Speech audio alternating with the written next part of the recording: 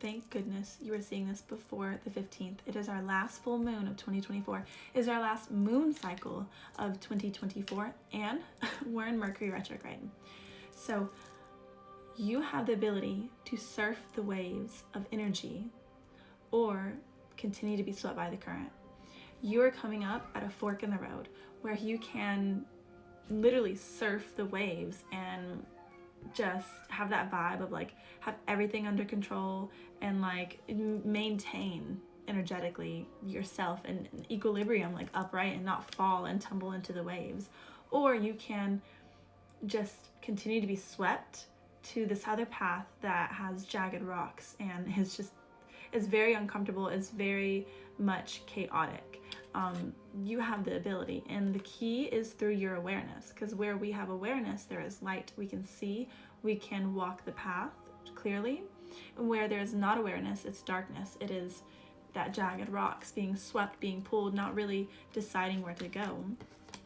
Right now, you are being called to reflect on what's been happening and to really understand the energies around you, to understand the water that you are in, to see this fork in the road, to see this ability 1, 2, 3, to move forwards and not be stuck in a loop, not be stuck in a cycle, but instead like go somewhere else. Like I keep seeing this spiral and then it just like whoosh, and then just goes away. And it's the key to that is healing during this Mercury retrograde. Okay, so the first one was a 5, 2 and 3, 2 of Wands, 3 of Pentacles.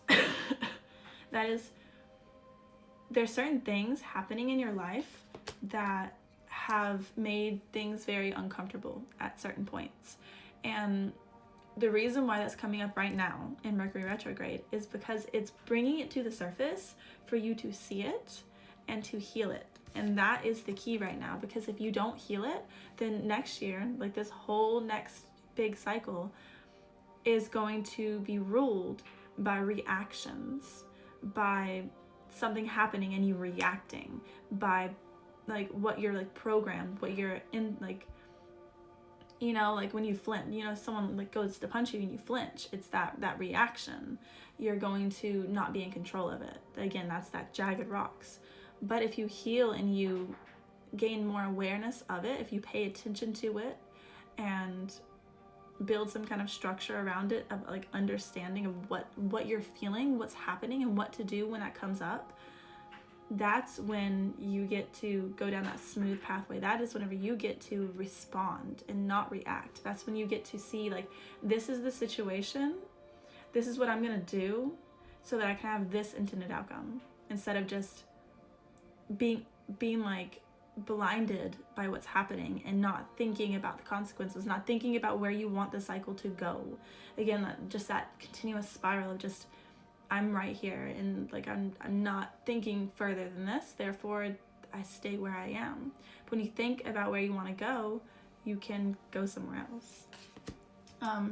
And the 9 of Swords coming up is telling me like so many of you guys, and we passed 333 as I saw that, so many of you guys feel so lost in the abyss of like, you don't feel connected, you don't know the energies around you, you don't feel connected to your spirit team, you don't feel connected to any signs that you've been seeing, you don't things just don't make sense, and it feels really like, again, you've been swept by the current for so long.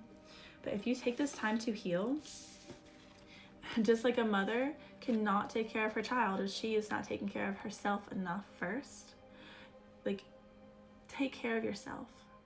And it's funny because the Fool card is, so the Fool represents to me like a point. So imagine that's the Fool card. That is you. You're right here, right now. Everywhere you go, you create your path. That is your footprint. That is what's behind you. That is your history, your past. Is the path behind you. And at any moment, you can decide, you can stop and decide, hey, I don't want to go that way anymore. I want to go this way. You can decide wherever you want to go. The path is where you make it. Where you walk is your path. We have free will. We can go wherever we want. But most of us don't understand how to access that free will and construct it to take us where we want to go, right?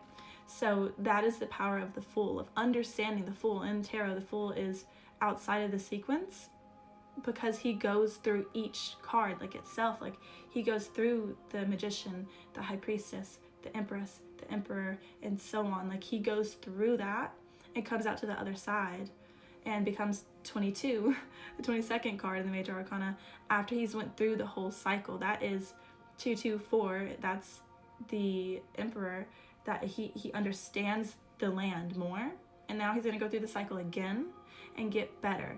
And the more awareness he puts, the more he learns through each card, through each life event. And that's how we, like that. There's a reason why, people who have been through things can know things, and if we don't go through it, we don't know it. But paying attention is the key to it, and not just paying attention, that's 100% like the key, but knowing what to do with what we found, like knowing what to do with what we have in front of us, knowing what to do, how to grow, like where we're going. Again, like that's what I'm about to say. The Queen of Pentacles is the state and where we're at, because it's almost as if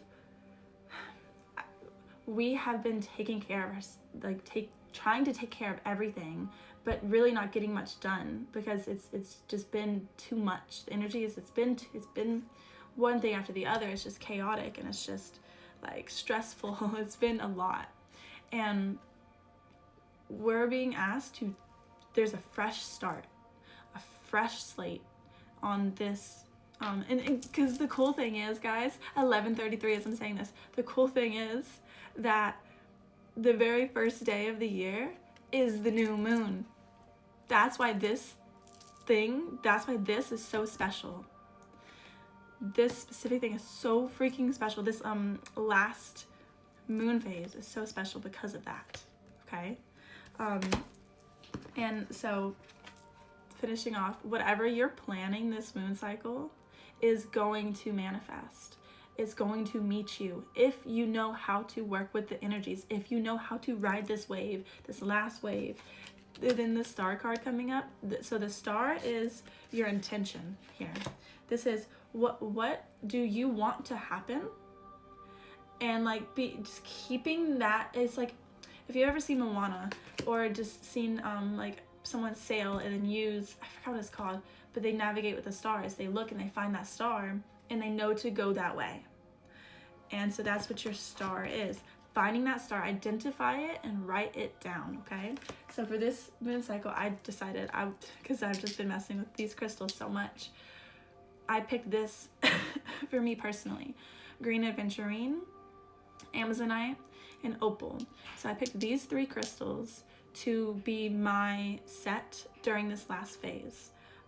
Well, the lights. I pick a light set and a dark set. Higher self and lower self type of things, so I can help get from both sides. And what I came up with for myself, I'll share with you, for you to do, is to write down what your star is. Write down what's your intention for this next huge year, this next phase. I guess it is like a New Year's resolution, but what's different this time is, instead of just deciding that's my New Year's resolution, I want you to write it down and I want you to meditate with it. I want you to focus on it, feel it. I want you to visualize it. I want you just to explore it. Give yourself time to sit and just explore what it looks like for your intention, your star, to come to fruition throughout this year. Don't think short term. Don't think, oh, the first month and that's it. Like, think long term. Think the whole year. Think 365 days, okay? Think long term. Because the further we visualize, the more we can prepare for. Because our life doesn't end in a year for most of us. It goes beyond. So that means we should prepare for that if we want to decide which side of that river we're going on, the jagged rocks or the calm, serene water. It's your decision.